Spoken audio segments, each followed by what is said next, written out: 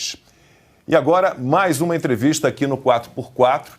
Apesar da graça concedida pelo presidente Jair Bolsonaro, o deputado federal Daniel Silveira ainda não conseguiu recuperar sua plena liberdade. Nessa semana, ele teve o acesso ao fundo eleitoral barrado e o ministro Alexandre de Moraes, do STF, ainda avançou contra a mulher do parlamentar. O deputado está aqui no nosso estúdio. Deputado, muitíssimo obrigado pela sua participação, com 63 mil visualizações simultâneas aqui no 4x4. O que aconteceu essa semana, então? Essa mulher teve contas em redes sociais bloqueadas, contas bancárias também? Também. Na verdade, as contas bancárias já vinham. Boa noite, Lacombe, boa noite aos telespectadores. Augusto Nunes e Ana Paula Henke, que são pessoas que eu tenho muito carinho, muita admiração. Elas já haviam sido bloqueadas, mas ela não é... São fatores jurídicos, são importantes. Ela não é polo ativo nem passivo no processo. Ou seja, ela não tem o processo. Ela é advogada na ação, dentro de uma ação penal desde o início, né, do processo, que cabe frisar que é ilegal. E o bloqueio ele se deu de forma totalmente inconstitucional. E agora, ele retificando, ele pega uma decisão, que isso também é novidade no mundo jurídico, não existe em nenhum lugar. A única fake news nesse processo da fake news são as decisões do próprio Alexandre. É lotado de fake news e instrumentos jurídicos que não existem, na verdade. Tem que frisar isso para as pessoas entenderem. Quando bloquearam, então, as contas dela, que ela é uma candidata do gênero feminino, tanto se fala nessa proteção às mulheres na política, tirou-se, né, foram retirados dela os direitos de paridade de arma em uma eleição que todos têm que ter essa paridade de arma, porque todos estão em uma mesma situação e tem que ter essa paridade para disputar. O que ele fez foi ferir o processo eleitoral drasticamente por conta de uma perseguição que ela é ad hominem. E está totalmente fora do mundo jurídico isso aí. Ana. Deputado, boa noite, é muito bom tê-lo aqui. Nossa audiência pedia há muito tempo, né, que o senhor estivesse aqui para responder algumas perguntas, e eu fiquei muito impressionada, né, não apenas hoje, mas sempre que falamos de Alexandre de Moraes aqui, o chat fala Rodrigo Pacheco, porque a nossa ferramenta constitucional para parar esse tipo de tirania, de atrocidade jurídica, de barbárie, eu diria, né, inconstitucionalidade, essa ferramenta está na mão do Rodrigo Pacheco, que por sua vez coloca lá no fundinho da gaveta e esquece. Então eu quero passar para o senhor uma pergunta do próprio chat aqui. O que é possível fazer para que Rodrigo Pacheco coloque em uso essa ferramenta constitucional, mesmo ele negando aí, né, esse direito que o eleitor tem de pedir que ele coloque em processo de votação o impeachment do Alexandre de Moraes? Ele não querendo fazer isso, o que o Senado pode fazer em relação a isso? E quando o Rodrigo Pacheco sai da cadeira da presidência do Senado? Então, perfeito. A primeira coisa que deve ser feita é ter uma maioria de senadores. Aí nós teremos uma provável renovação, ainda que pequena, no Senado esse ano, né? Eu creio que serão eleitos aí entre 8 e 10 senadores que tenham essa base, né, que nós defendemos dentro da legalidade. A gente não está falando nada de ideologia política, é a lei. A lei está ali para ser definida, cumprida, é uma ordem, um comando. E os senadores eles têm que abrir esse processo de impeachment com o presidente anuindo isso. E regimentalmente, dentro do regimento do Senado, ele não pode engavetar ou simplesmente ignorar. Uma vez feita a denúncia do impeachment, que pode ser feito por qualquer um, e temos uma até do próprio Caio Coppola, que também entrou o senador Cajuru, com 3 milhões de assinaturas, e a materialidade jurídica é perfeita. A única coisa que é feita é a análise do jurídico ali do Senado. Tendo, então, essa base, ele tem que pautar. Não há questionamento se não, isso aqui não tem. Foi analisada, o jurídico ele não nega, tem que ser pautado e o plenário vai decidir. 27 senadores que formariam pelo menos um número para que nós pudéssemos pautar. O prazo para que ele saia agora, no final dessa legislatura da Câmara, não pode ser eleição subsequente para ele assumir a presidência do Senado mais uma vez. E o que nós podemos fazer para que isso aconteça é ter a consciência na hora da escolha do senador, colocar pessoas que queiram de fato comprar essa briga que o STF se tornou uma estrutura que ninguém quer mais peitar. E eu não consigo entender o porquê. Nós sabemos que tem 11 ministros lá, mas tem vários grupos sob esse guarda-chuva do STF, colocando tribunais superiores, o próprio CNJ, que também é composto, o TSE, que é composto por ministro do STF, sempre a presidência sempre será um ministro do STF. Então você vê que está tudo muito linkado, é um paralelo bem traçado para que eles possam manter, né, como no próprio comentário que eu assisti aqui do Brasil Paralelo, né, qual o jeito de resolver o Brasil é basicamente isso, a escolha dos candidatos com atenção, né? Não adianta querer você, tem que mudar, você tem que colocar uma maioria, não adianta uma andorinha só para fazer verão que não faz. Vê o presidente Bolsonaro, não consegue às vezes. Augusto. Olha só, Daniel, boa noite, é um prazer te ver por aqui. Nós dizíamos há pouco que o processo, esse inquérito, já começou ilegal. Muito. Podre. Porque não existe... o Alexandre de Moraes ele descumpriu desde o começo a Constituição, o tempo todo. Sim. O tempo todo. Agora, quando eu faço sempre a mesma pergunta para você. Sim. Você sabe agora do que é acusado? Começou quando? Responda, por favor. O inquérito em 2019. 2019. Você sabe do que é acusado? Não faço a mínima ideia. Ninguém tem acesso ao inquérito. E os ministros do Supremo, os outros, nenhum se manifesta. Silêncio é sepulcral. É isso que eu não entendo. A pergunta que eu faço a todos os envolvidos, os arrolados ali no inquérito... Perseguidos. Perseguidos. Que são arrolados futuramente. Perseguidos pelo Alexandre de Moraes. Ele pelo menos diz por quê. Não. Porque eu já vi todo tipo de briga, você fica bravo com o outro e diz por quê. Ele não, ele persegue pessoas inocentes, pessoas que foram indultadas. Sim. A graça corresponde ao indulto imediatamente, tem reconhecimento imediato. Pois bem, agora a sua mulher fez o quê? Nada. Ela nem é ré. Nem está indiciada em nada. Zero processos. Zero. Na verdade, ela nem tem prerrogativa de foro para ser indiciada pelo STF. Começaria por aí. Então você já respondeu a minha perplexidade. A sua esposa, ela é advogada. Advogada no processo. No processo. E nesse caso, a OAB falou... Deveria se manifestar, mas também se calou. Isso foi muito ruim, porque a advogada Mariana e o Dr. Paulo Faria várias vezes provocaram, porque as prerrogativas dos advogados têm que ser respeitadas, porque o advogado ele defende justamente aquilo que é positivado. E o juiz ele não pode, de qualquer maneira, sobrestar a lei pelo entendimento dele. A lei é positivada, a lei é taxativa, a lei é respeitada. Existem interpretações teleológicas que seja do objeto ao fato, que você pode chegar a um consenso, mas é uma interpretação onde é subjetivo, não onde é taxativo. Então, os juízes hoje têm feito isso, né? A Suprema Corte e tribunais superiores têm criado entendimentos que os tribunais inferiores sempre se pautam nos superiores. Então, fica uma dicotomia entre a lei e a ordem. Tuas contas bancárias continuam bloqueadas? Todas elas. Todas elas. O indulto adiantou de quê, no fim das contas? Na verdade, ele serviria imediatamente... Está até no artigo 738 do CPP. É reconhecida imediata.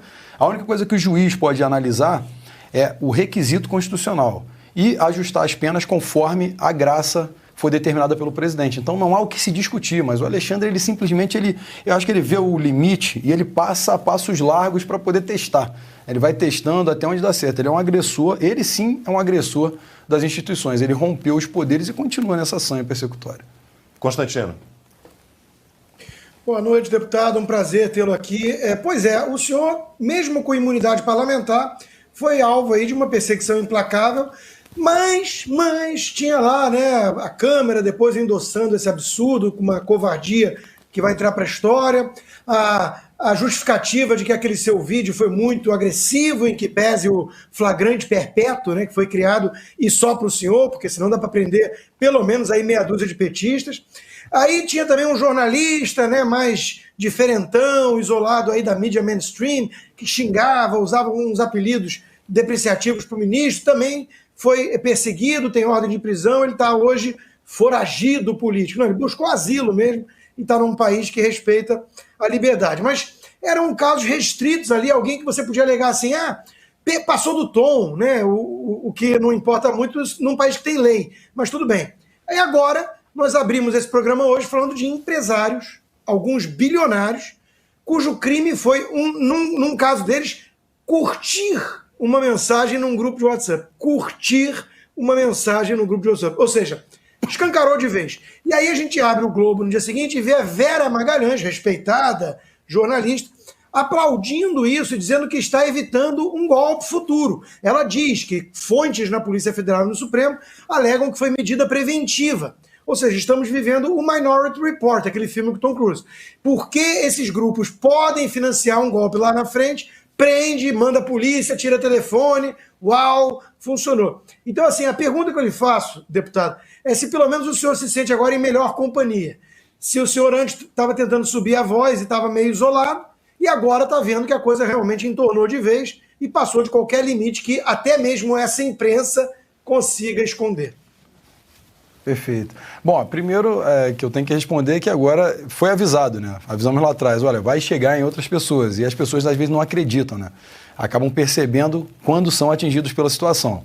A verdade hoje, o Alexandre ele tem que ser empichado pelo Senado, tem que ser investigado e provavelmente vai ser preso porque ele tem uma vida aí que vem se arrastando há muito tempo, um pouco dúbia. Isso aí é conhecido da poliçada, assim por dizer. E tem uma ala da Polícia Federal, que é a própria delegada Denise, que ela sempre fazendo os pedidos, ela investigava o Alexandre na Operação Acrônimo. Quer dizer, ela investigava o Alexandre e depois o Alexandre passa a tê-la em quase que um laço para poder determinar o que faz. E os delegados, que me envergonham, são bacharéis em direito, né, por obviedade do cargo, eles solicitam esse tipo de informação ou pedem prisão preventiva ou apreensões de celulares e bloqueio de contas, parece que a provocação do próprio ministro. Você me pede que eu vou determinar porque eu não posso agir próprio ter ofício, porque senão eles vão me bater também, porque eu já estou agindo muito de ofício. Mas é claro. Tem método para acontecer as coisas. Quantos policiais federais estão à disposição do ministro Alexandre de Moraes? Hoje, tem uma ala que... São 2 delegados. São 2 delegados e uma ala que vai somar em torno de 25 a 30 policiais. E ele escolheu os delegados. E infelizmente, isso é um aparelhamento da Polícia Federal que essa ala não representa a Polícia Federal. A Polícia Federal... quem interferia na Polícia Federal não era o presidente Bolsonaro? Em tese, pela mídia mainstream, sim. Não Só que pôde nomear o Ramagem, que hoje, inclusive, é até candidato, mas ele é extremamente preparado e ali, para mim, foi o erro, quando permitiu esse avanço. Ele testa, ele empurra, vamos ver se cola. Colou, então eu vou conseguir agir de outra maneira. E ele vem exagerando cada vez mais. Você pode ver que as decisões dele contra os 8 empresários não tem pé nem cabeça dentro do mundo jurídico. Ele simplesmente olhou e bloqueou. Em um passo dele, bilhões de reais e pessoas que geram milhares de empregos no país. E receita. Quer dizer, ele passou muito dos limites. Isso tirando o meu caso. Botando esse caso aí que não tem nada a ver com o STF. Deputado, nos Estados Unidos, principalmente na Califórnia, dentro da pandemia, o governador da Califórnia, Gavin Newsom, ele assinou alguns decretos completamente inconstitucionais. E alguns xerifes, como o xerife Villanueva, que é do condado de Los Angeles, alguns xerifes se negaram a cumprir aqueles decretos, dizendo exatamente que eles não cumpririam aquele decreto não por desobediência civil, mas por obediência à Constituição americana. Perfeito. O senhor acha que existe na Polícia Federal alguém que possa ter um Villanueva e que possa daqui a pouco dizer, olha, isso aqui é inconstitucional, não dá para a gente cumprir? Porque a população, claro que ficaria do lado das forças policiais se eles protegessem a Constituição e não um ministro que adora essas canetadas inconstitucionais. Perfeito. Uma ordem constitucional não se cumpre, Lei 8.112, artigo 116, inciso 4º. Qualquer do povo pode ler essa norma e vai lá ver. Cumpra-se as ordens, salvo as manifestamente ilegais. E essas são ordens totalmente ilegais. Quando mandou prender um deputado às 23h20, igual a NKVD, polícia stalinista, chovendo, com mandado de prisão em flagrante, sem ter nenhum tipo de flagrância de crime inafiançável taxativo, no rol taxativo. E dali começou uma série de escaladas de arbitrariedades e as pessoas não percebiam. E é bom lembrar também o seguinte... É só não cumprir, Ana, respondendo os nazistas que sobreviveram à guerra e foram julgados depois de Nuremberg, e também o Adolf Eichmann, que foi sequestrado pela polícia de Israel e julgado em Israel, eles invocaram aquela tese obediência devida. Cumprir ordens. Que não existe isso, né? A obediência devida e você tem de cumprir qualquer ordem, não é assim. Sofisma. Não Eles é assim, criam você tem de, você não pode cumprir uma ordem legal. Não. Se as pessoas, na coletividade, vejam bem, que eu não estou incentivando a nada não, até porque obedecer lei. Quando ele determinou o uso da tornozeleira para que eu utilizasse, eu fui à tribuna e disse, não vou cumprir porque está manifestamente ilegal, sou um parlamentar a nível federal e vou cumprir a Constituição. Ah, você desobedeceu? Não, obedeci aquilo que eu jurei proteger, que é a Constituição enquanto parlamentar. A própria vice-PGR, a Lindora Araújo, ela disse também, né, que o Alexandre de Moraes deveria cumprir a constitucionalidade do indulto. Do indulto, perfeitamente. Presidencial. Essa foi a manifestação da vice-procuradora, subprocuradora, na verdade, perdão. Eu tenho pena dos policiais federais. No programa de hoje a gente falou de vários casos envolvendo policiais federais, o caso dos médicos, do doutor Cadejane, que foi um absurdo. Zimmermann, dos empresários, o deputado Daniel Silveira. Muitos que foram à minha casa se desculparam por várias vezes, né? Porque estavam envergonhados, são agentes, o agente cumpriu a ordem do delegado, o delegado cumpriu a do Alexandre, que é manifestamente ilegal. Fosse eu o delegado, Excelência, despacharia com ele, não tem como cumprir isso aqui, isso é um desculpa. O que aconteceria se um delegado fizesse o que o xerife Villanueva fez?